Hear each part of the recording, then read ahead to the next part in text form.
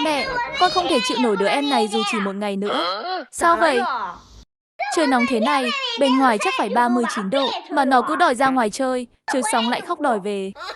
Chẳng phải mẹ đã cho con 5k phí coi em rồi sao? Mẹ còn nhắc đến nữa, 5 ngày cho con được 5k. Mới đi đến cửa hàng tạp hóa một chút mà nó đã đòi mua bim bim hết 8k. Làm con phải lấy tiền lì xì bù ra 3k. Con có thể không mua cho nó mà, không nên chiều nó như thế. Con cũng có muốn chiều nó đâu, nhưng mà không mua nó nằm lăn ra đất cào khóc. Con có khóc không? Không khóc, anh không mua. Không khóc, anh không mua à? Thế cuối cùng có khóc không? Có, con có khóc. Thấy nó khóc người đi đường không biết lại bảo con buôn người.